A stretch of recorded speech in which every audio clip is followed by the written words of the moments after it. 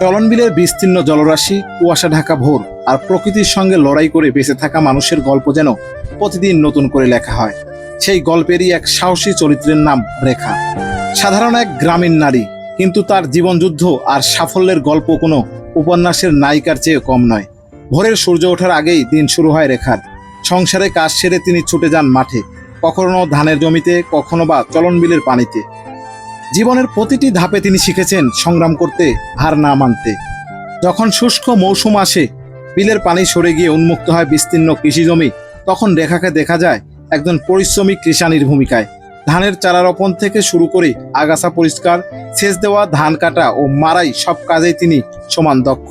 গ্রামের অনেক পুরুষও যেখানে কঠিন মনে করেন, সেখানে রেখা হাসি মুখে কাজ করে যান দিনের পর দিন। সম্প্রতি চলনবিলের আগাম বন্যা দেখা দিলে অনেক কৃষক দুশ্চিন্তায় পড়ে যান।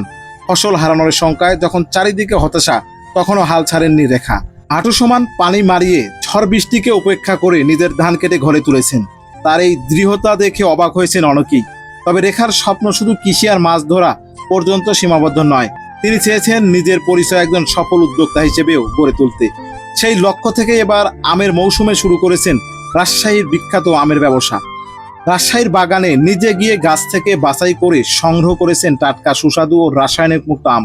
তারপর সততার সঙ্গে দেশের বিভিন্ন প্রান্তের ক্রেতাদের কাছে পৌঁছে দিচ্ছেন সেই আম। তার আন্তরিকতা আর মানসম্মত পণ্যের কারণে অল্প সময়েই ক্রেতাদের আস্থা অর্জন করেছেন তিনি। দিন দিন বাড়ছে তার ব্যবসার পরিধি, বাড়ছে পরিচিতিও।